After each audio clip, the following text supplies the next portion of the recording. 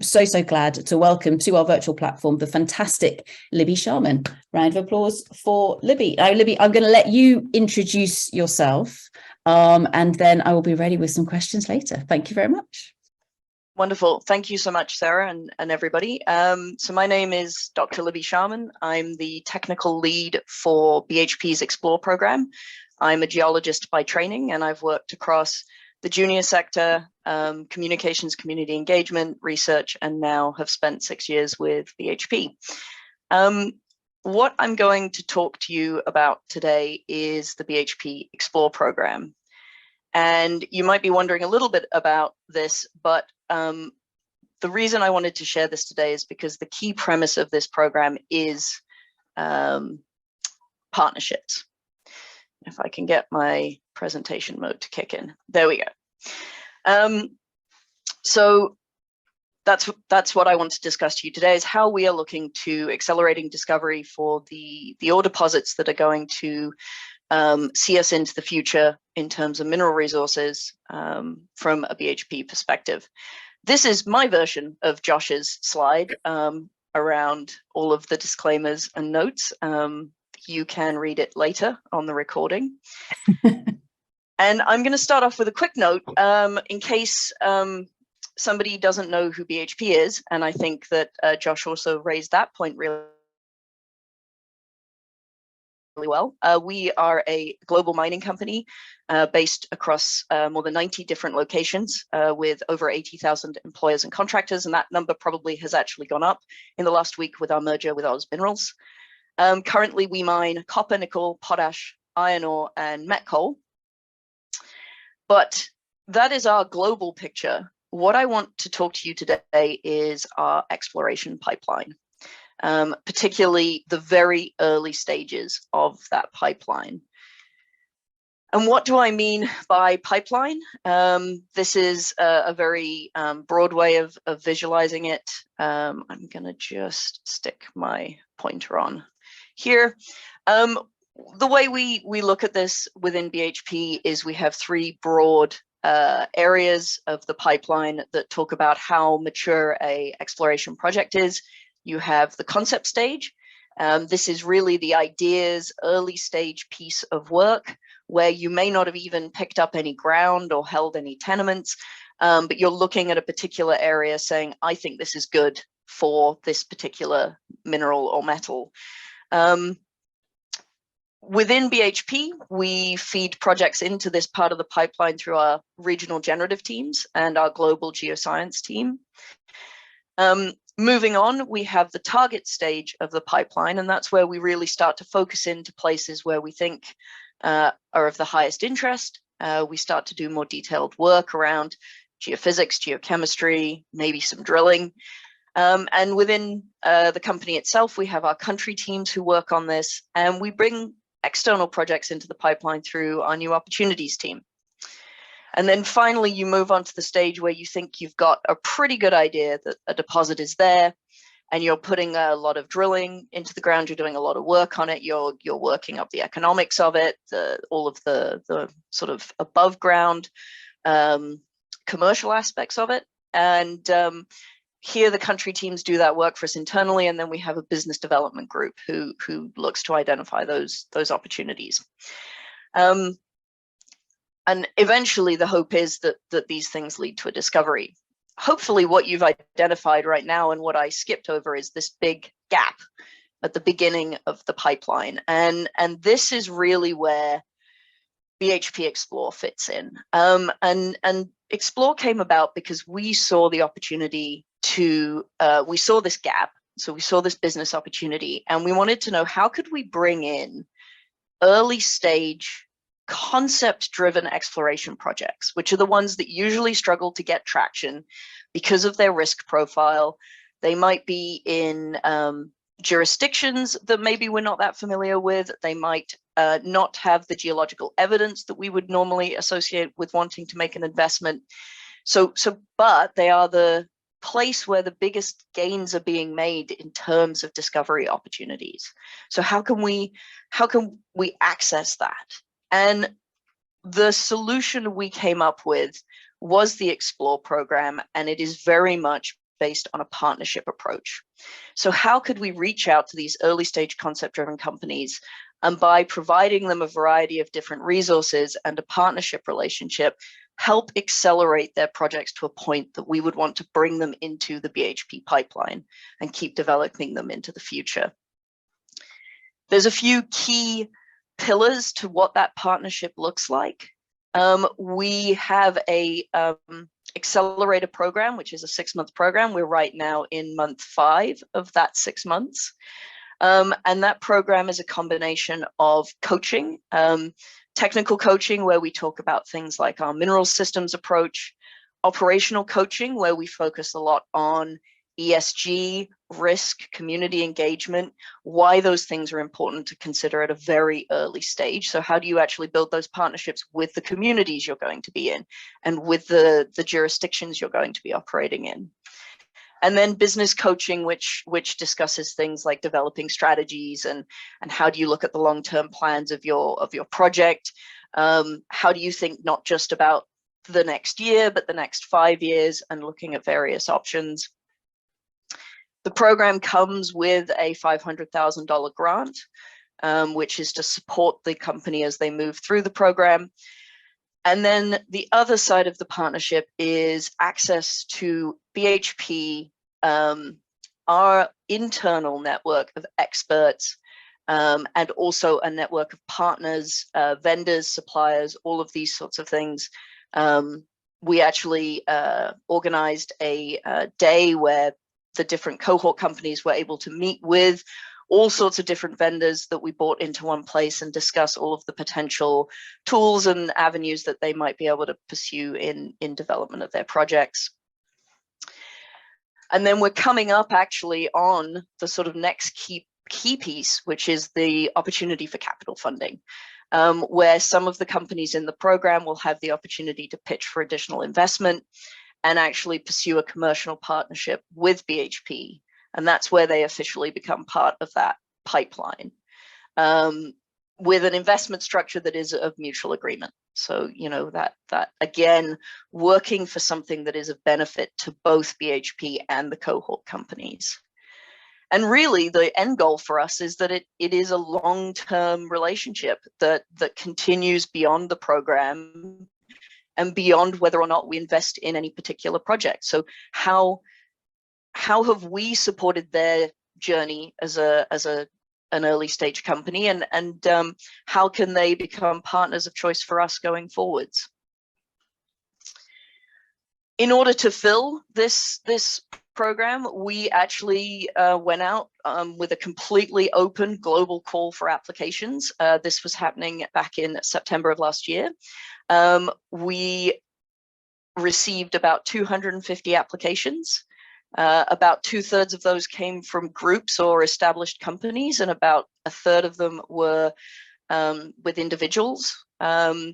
And we got applications from across all 6 of the continents that we wanted to receive applications from. I think Antarctica would have been a stretch for a number of reasons. We were happy to receive applications, everything from individuals through to full organizations. And we really didn't have that much in the way of requirements of what needed to be in place. So at minimum, you needed a concept, an idea, that sort of amazing next thing that was going to drive our next big discovery, and geological data to back up your assertion. It would be great if you had tenements and an exploration plan, but it wasn't required. And we definitely didn't have any requirement for operational readiness. And that application process, as I said, yielded 250 applications. We did select 7 companies into the program. I will end with those 7 companies before I let Sarah grill me on questions. But just to, go through the program again, which we are right now in the depths of. We've been organizing masterclasses for the cohort across all of those 3 pillars of technical, operational, and business. The most recent technical one was architecture mapping and how you can use that in your mineral system. All of the cohort have been leveraging the vendor network that we've introduced them to be able to advance their projects. And the business readiness has been fantastic. Even from me, I've not really thought about business strategy and how it applies to junior companies, and looking at where you want to play, how you're going to win, all of those sorts of things, which has been a fantastic piece of the journey to go on with the cohort. And as I said, the program will end with a final event at the end of June to highlight all of the participants' exploration opportunities. So who are our 7 first cohort? They are a multi-commodity group with a global footprint. We have 4 nickel-focused companies and 3 copper-focused companies. Just quickly, Tutume Metals is a private company with ground secured in Botswana, looking at nickel sulfides undercover. Impact Minerals and Redox Copper are both in Australia. Impact is public and Redox is private. One of them is trying to find the undiscovered copper under Broken Hill, which, for those of you who don't know, the BH in BHP is Broken Hill. So there is quite a nice symmetry to that. Apart from the absolutely fantastic geological motivation that they have behind it. Redox has got a sedimentary copper play. Bronzite is a very early stage company based in Canada with a project up on Somerset Island. Nordic Nickel and Kingsrose are both nickel-focused companies in the Fennoscandian region, but one who is actually drilling off a potential deposit and the other who is looking at regional prospectivity scale opportunities.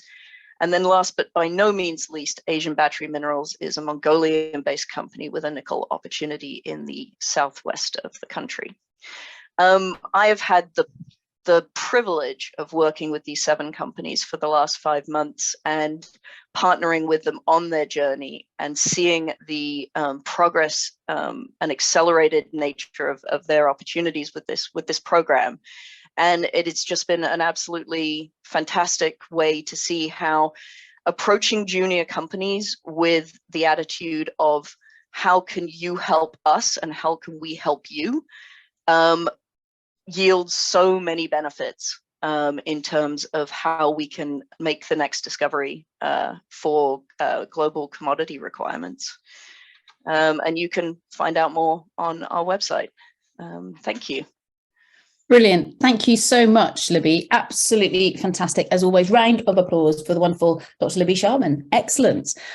So, Libby, with regards to the companies that are involved in this, has there been anything as you progressed through the last 5 months, and indeed when they were actually applying to be part of the scheme, that they were surprised by, that BHP was saying, no, this is really important, and they were saying, no, that's not important to exploration, we've never seen that before, or anything like that? Is there anything that surprised them?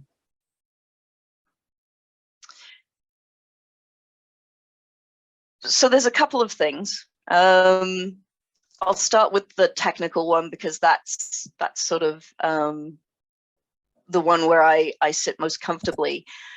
What they were most surprised about initially was what our how we define success in the program. So often there is a perception by junior companies when working with majors is that the only thing a major wants is to see drill results, and you haven't had a success if you've not drilled a significant mineralized intersection. And I think one of the biggest surprises for all of the cohort, it's not where we expect you to get to in 6 months. Some of you will, but that's not actually appropriate for all of your projects. And then that comes to the second sort of piece which surprised them, which was we have placed a lot of emphasis on that above ground risk component, community engagement, environmental considerations, governance, sustainability, and sort of saying to the companies, we want you to be doing that properly and making sure that is in place. And so that may mean that you're not drilling in 6 months because it won't be appropriate.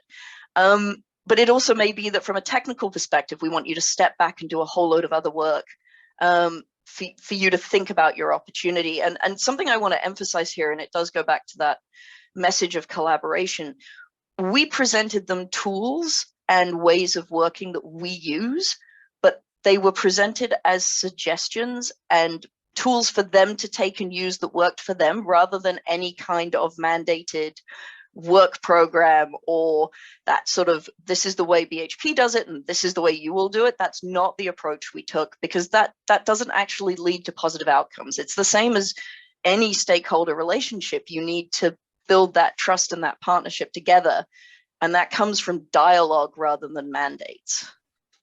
And so with this, Libby, so there was and I think this is fantastic, because again, working with lots of exploration companies, and they invariably say, oh, we're too early for ESG. And it's like, no, you don't understand. You have to be doing this all the way from the start. And just because you're not being asked about it yet by investors or potential buyers, it's really important for that bigger picture. In terms of the reverse then, Libby, because we've heard quite a lot, especially earlier on in the week, about things like beneficial ownership, transparency and everything, because there's a huge amount of trust between BHP and the partner organizations. And so what's been the process to make sure that the organizations are adhering to all of those normal transparency, sustainability, et cetera, principles that you would expect? So that kind of vice versa approach. So a lot of it has come through continuous communication, coaching, reviewing work plans with them. Again, it is that thing that we can't make any of these companies do these things. But what we've focused on is helping them understand why they should do them, why it will make them more investable, and giving them that sort of clarity of this is something they should be doing because it is good for them and it's going to set them up well in the future. And that way, you know that it's something they're doing because they want to do it, not because they've been told by someone to do it for 6 months, and that if they leave the program without an investment, they're just going to go back to doing whatever they want. So again, helping them understand that importance of relationships and engagement and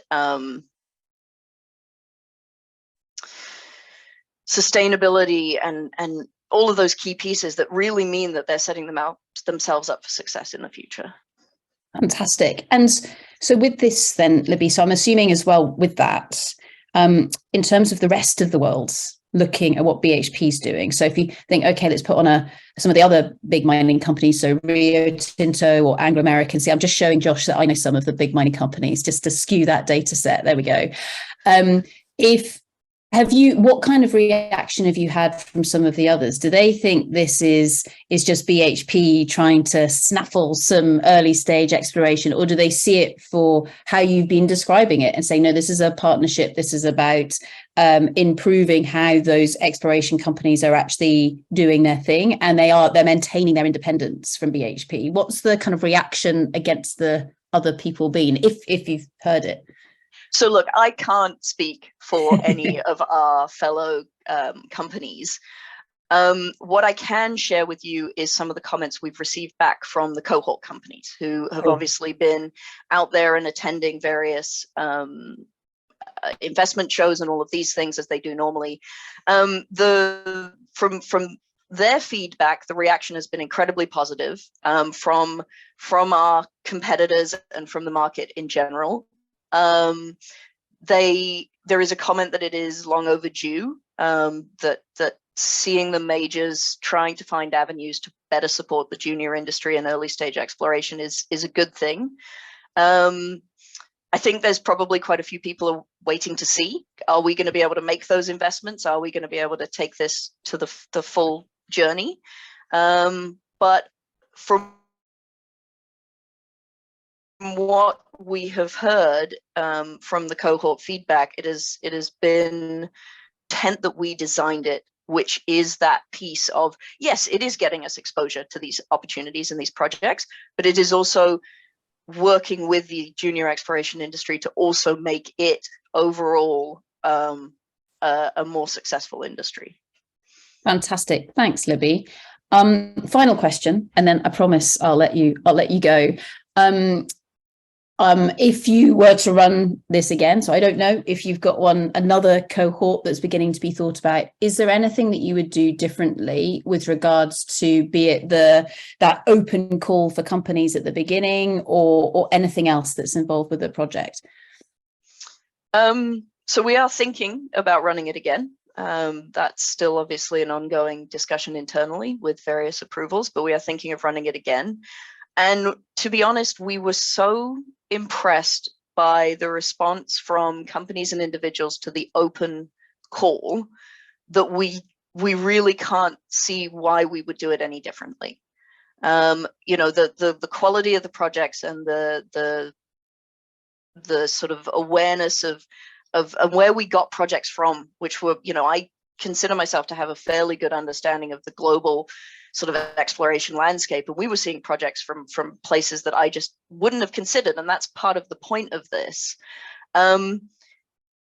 There are some probably minor tweaks we'll make. One of those things is communicating out to applicants a little bit better what we're hoping for in each of the different parts of the application, so that they are better able to fill in those applications. And then there's a few other things, but in general, that openness produced a really good response. And so there, you know, for that reason, I think if we do get approval to do it again, that's what we'll be looking at. Fantastic. Well, Libby, good luck with everything, and good luck to all the companies for that final stage of the program. It's an absolutely fantastic initiative. So thank you very much, and good luck. Round of applause. Yep, thank you so much for the time today. Brilliant. Thank you, Libby.